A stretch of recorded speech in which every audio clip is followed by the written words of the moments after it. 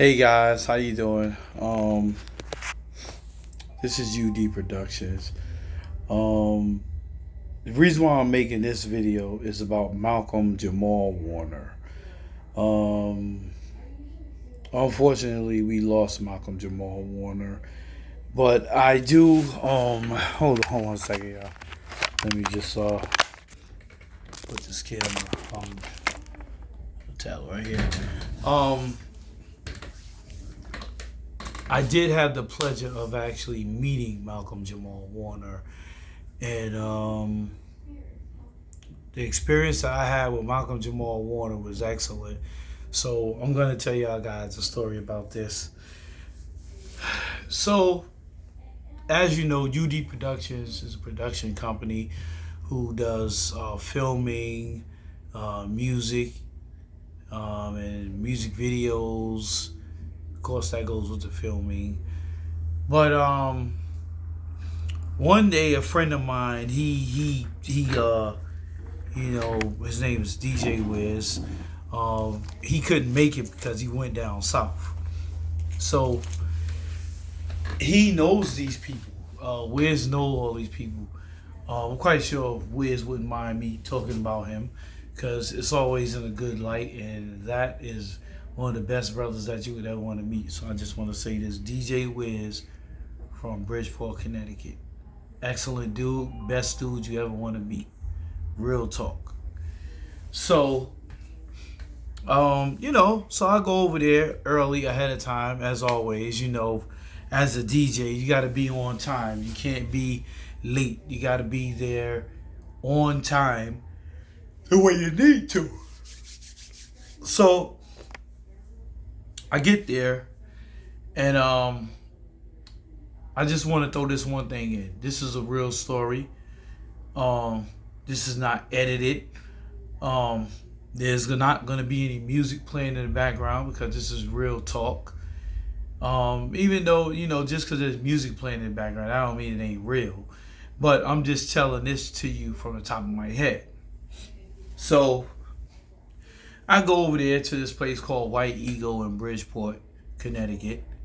And, it's a place for a lot of Jamaican parties and everything, if you're doing big functions and stuff. But lo and behold, they have a small area in that place if you want to hold something small or medium size. So, make a long story short, I set up my equipment and everything. I was there on time with the decorator. So me and the decorator, we're doing. She's setting up her stuff. I'm setting up my equipment. So, I'm playing. I started just okay. The time came, so let me just start because I'm quite sure people are gonna start coming. So, I'm playing the music and everything, and a few people came and everything. It got flooded. A lot of people showed up. It was a baby shower for someone. I guess this was their first kid. People thought they wasn't gonna have kids. So this person is actually having a baby now. So I'm doing that. I'm playing the music.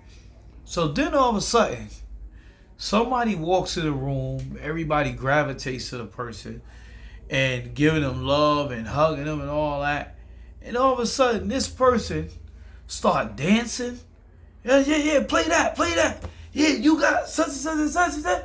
So he's naming like, you get with this, you get with that. He's, Black Sheep, faking the funk. He just naming old school. He's naming Coogee rapping Polo.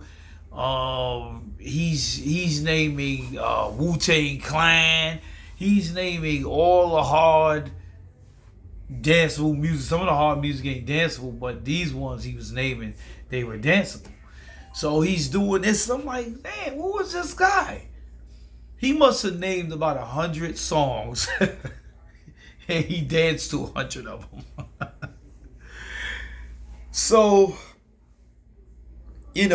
all this is going on, and I'm like, man, this guy, as a DJ, we do get annoyed when people make requests because it's like it's not allowing you to put it in your flow. But this dude, he was like, because I would tell him, well, look, I got to find the song. Give me a second, let me just play this through. And he was like, all right, no problem, man, no problem. So he's dancing everything that I'm playing before I play all the music that he wants me to play. Mind you, this is not even in the playlist of what the lady actually wanted. And,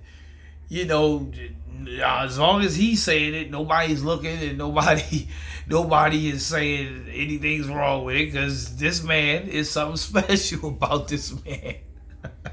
He's like, yeah, play that, play it. Then he's doing, the Running Man. He's doing all of the old school stuff, including new school dances, all that. And I believe at this time it was winter. There wasn't no snow. I thought it was snow on the ground, but when I really think back at it, there was no snow on the ground. It was just bone cold outside. So, I didn't bring much. I brought my turntable. No, I did bring my turntables. So, and then, as he's doing all of this, I looked at the guy. And I looked at him closely, and then he came to me. He's like, yeah, man, good job, man. I love what you did. You play all the music that means some yours bring back memories, And he's saying all of that. And I'm like, oh, yeah, man. You know what I'm saying? Yeah, we kicking it and all that. We just talk about, the music is crazy today, man. It ain't really saying nothing. We're talking about all this stuff. And then I looked at him. I just gave him a closer look. And I said, brother, I don't mean to sound in any type of way, but you look like someone that I know. He said, yeah, man, I get that all the time, man. I get all that all the time, man. Everywhere I go, I get that.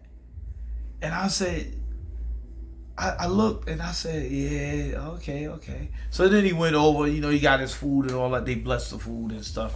So he got his food. He must have had like 3 plates of food. No lie. So, so then he comes back again and he wants me to play the song Faking the Funk. And then he wants me to play Milk is Chillin'. So he wants me to play all these hard kind of stuff. So I'm like, all right, cool. I got you, bro. I got you. Yeah, I got those songs too. I ain't got to really dig for those. So I'm playing that, and I'm just keeping the ride going on, playing all the old school hip hop. He's loving it. He's dancing. Actually, he was the life of the party. He got people up there dancing, and they was dancing so bad that they was sweating. That's how bad it was. So, come to find out, after he get finished dancing and all that, I said, hey man, I want to ask you something, brother. And he said, hold on 1 second. So he's going over there to, it was his girlfriend, but eventually they got married. So that was his wife before he passed away. She's actually, if I'm not mistaken, I believe she's from Bridgeport, if I'm not mistaken. Maybe I'm wrong on that, but I thought that's what she said. I don't know, because they was in Bridgeport and everything, so that's what I thought that she said. So, make a long story short, so I said, he comes over there to me, and I said, hey, man, you look familiar, man.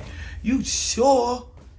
I mean, you didn't see me before, or I didn't see you before. Like, he was like, nah, man, this is the first time meeting you. I like what you're doing. So, and I toot my own horn. This is what he actually said, because I guess he was a fan of old school hip hop. So then I finally blurted out. I say, you want me to tell you who you look like, man? And he said, go ahead, man. I bet you I know who you gonna say. And I said, yo, man, is your name Malcolm Jamal Warner? Did you play Theo on the Cosby Show? He's like, man, I get that all the time, man. No, that's not me. I get that all the time. I said, bruh, are you sure?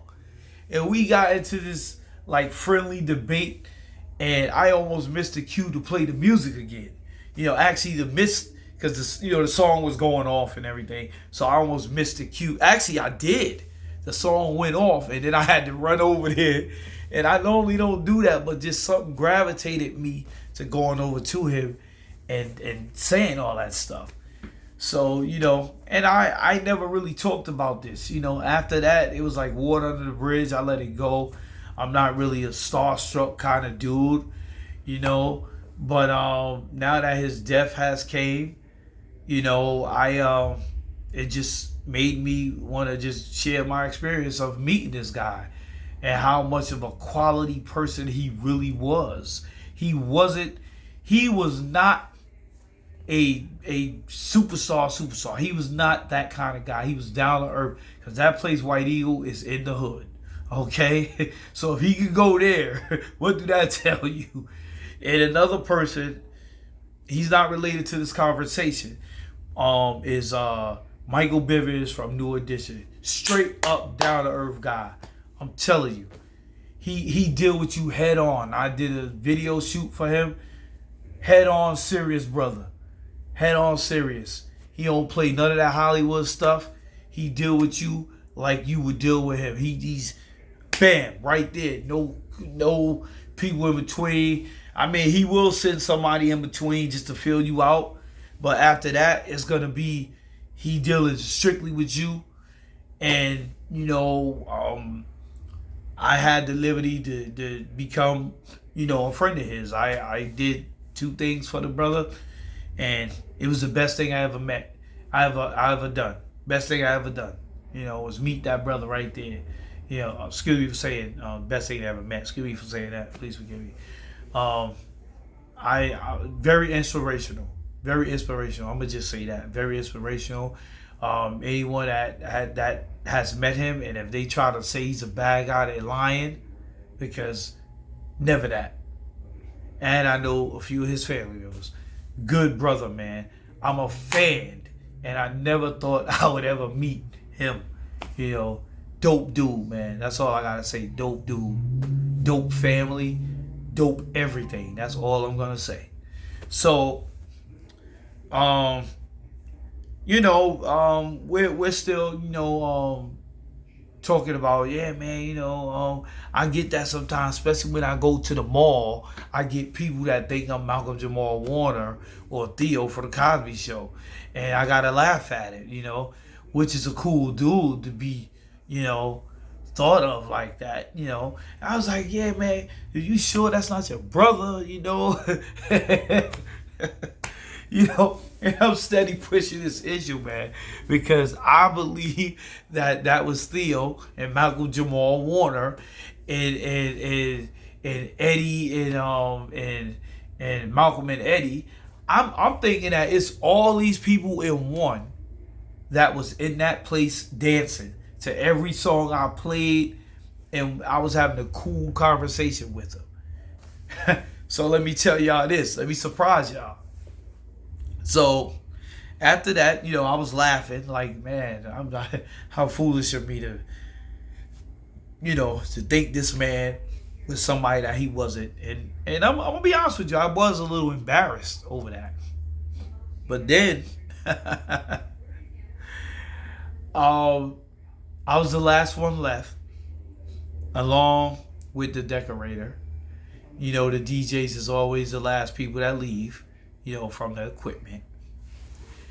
And when when he left, he said, all right, brother, it was nice meeting you, but I also want to tell you this.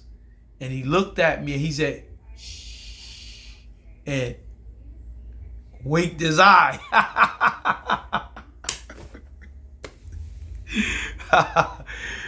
One of his family members revealed to me who he was. And they're sworn by privacy. They were sworn by privacy not to reveal who he was, because he was a private dude, man, full of energy. And I just thought I would tell that story to share it with people just in case for people who has never met Malcolm Jamal Warner, I would have never thought I would have met Malcolm Jamal Warner. But Malcolm Jamal Warner was a genuine dude. And that's why a lot of people can't believe that that was a accident that he had, because of the type of person that he was.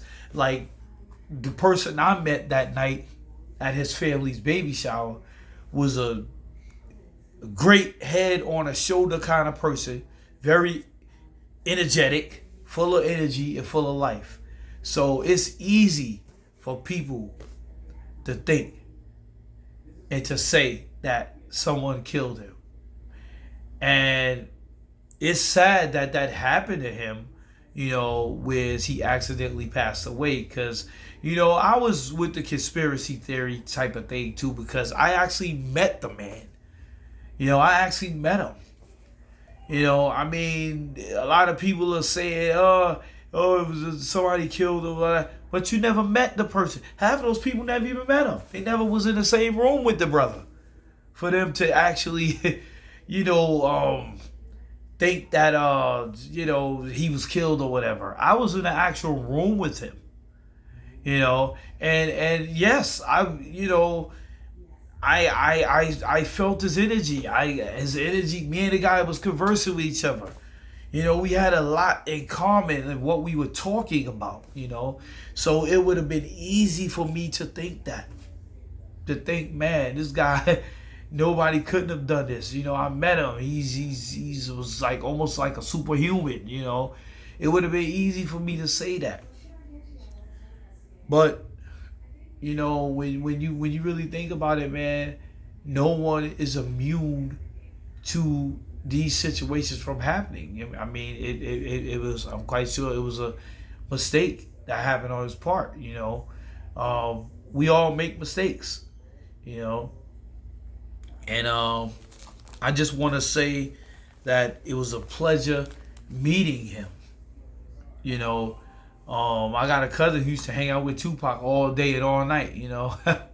He knew who Tupac was. I wish I would have met Pac, because I'm a Gemini too, and everything. I had the pleasure of meeting a lot of famous people. Michael Bivins.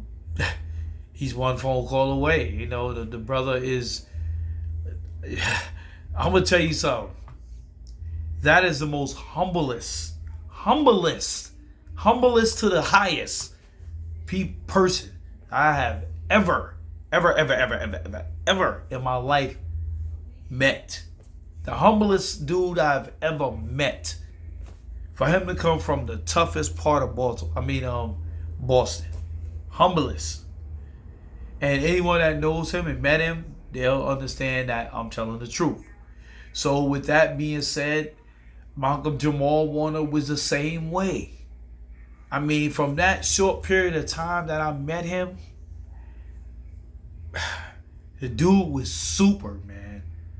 I can't say that I have never met a famous person that was humble, but just him. But, when I met a couple of famous people, famous for, what they're doing, and famous for what they have done,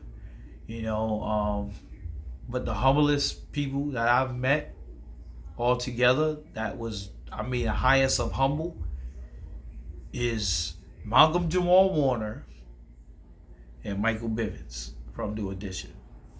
Two humblest people I've ever met in my whole entire life.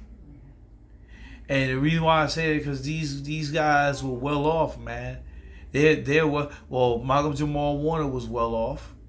Michael Bivins is well off. But they're humble. They don't, they don't go out there doing fancy stuff, making headlines and all that trashy stuff. They don't do that because they value people. Malcolm Jamal Warner valued people. Michael Bivins valued people. And we need more people like that. Money shouldn't change people into monsters. But that's all I want to say. And may God bless his family. And You know, it's a shame. You know, we're losing. It's easy for conspiracy theorists to say certain things, but we're losing a lot of people on Earth that could lead the world. You never know where they might lead the world of people, because we all need the positivity to lead us, because there's a lot of lost people out here, a lot, and most of them we all know. So on that note, I'm gonna just say God bless that brother, and what a waste, what a waste. I mean, what a waste. Now his podcast is acknowledged because he's passed away. It's bad, man. So with that being said, God bless him and his family. I know he's in a better place right now. And also I want to say God bless to Hulk Hogan, who passed away. I grew up on watching wrestling. Real good dude, man. I mean, I yeah, I've heard the racist rants and all that, but I'm gonna think of him as a being a better person than that. And then Ozzy Osbourne, I wonder why he was putting his DNA on cans, because and tried to sell them, because he knew he was going to go. You know. With that being said, I'm gonna sign off. This is Underdog from UD Productions. Peace.